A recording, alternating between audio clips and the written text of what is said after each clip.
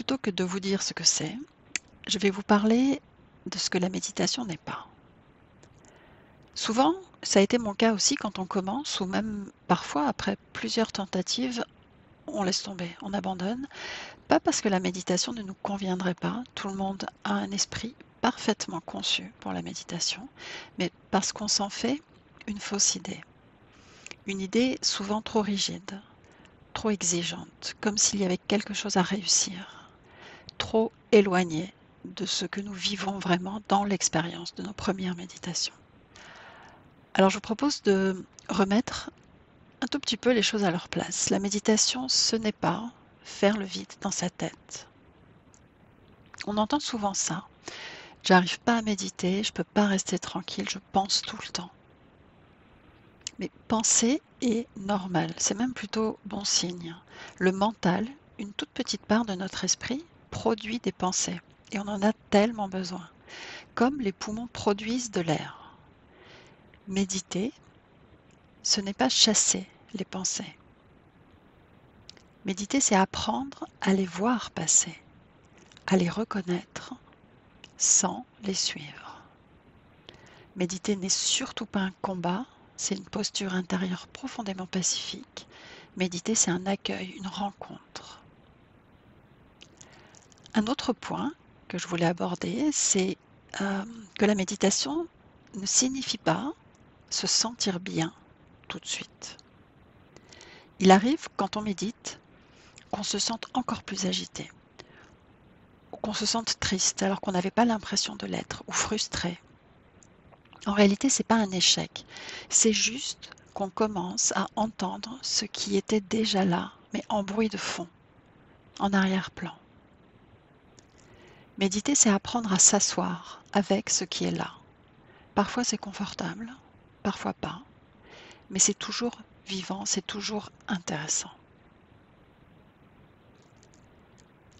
Le troisième point de ce que la méditation n'est pas une performance.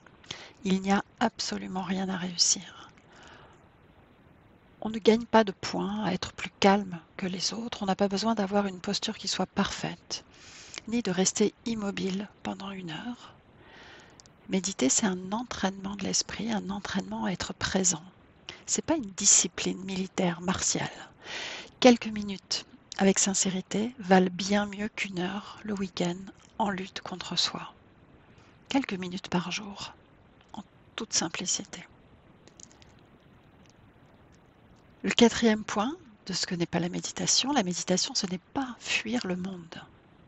Ce n'est pas s'isoler dans une bulle de paix pour ne plus voir la souffrance, pour ne plus voir la violence, l'incohérence de ce monde. Au contraire, méditer nous rend plus présents à nous-mêmes, à ce qu'on est vraiment. Et si on regarde un petit peu, si on est un petit peu honnête avec nous-mêmes, on n'est pas si différent des autres. Méditer nous rend plus présents à nous-mêmes et donc inévitablement plus présents aux autres. Ça nous aide à rester ouverts dans le tumulte inévitable de nos vies contemporaines. Ça nous aide à écouter plus attentivement, plus profondément. Et ça nous aide à agir avec plus de conscience au lieu de réagir à partir de nos certitudes. Et enfin, le dernier point, 5e point, la méditation, ce n'est absolument pas devenir quelqu'un d'autre. On ne médite pas pour devenir meilleur, plus calme, plus spirituel, plus sage. On médite d'abord pour apprendre à être nous, vraiment nous, ici et maintenant. Avec notre agitation, avec notre tendresse, avec nos doutes, avec nos élans, avec notre lumière et toutes nos parts d'ombre, exactement comme tout le monde. Méditer, c'est un espace d'accueil, c'est pas un espace de transformation forcée. Mais pourtant, bien sûr, quelque chose se transforme.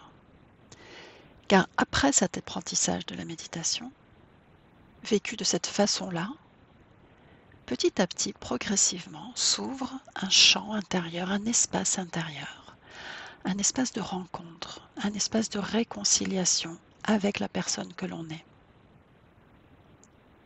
Un endroit où il devient possible de se regarder autrement, avec moins d'exigence, moins de dureté, moins de perfectionnisme, moins de culpabilité, avec plus de présence. Et c'est précisément là qu'apparaît la véritable liberté. La liberté de enfin devenir soi-même. Alors, bien sûr que oui, une transformation est possible, mais elle ne doit pas être le point de départ, pas en se forçant à changer, simplement en s'autorisant à être tel qu'on est à un instant T. Merci beaucoup de m'avoir écouté.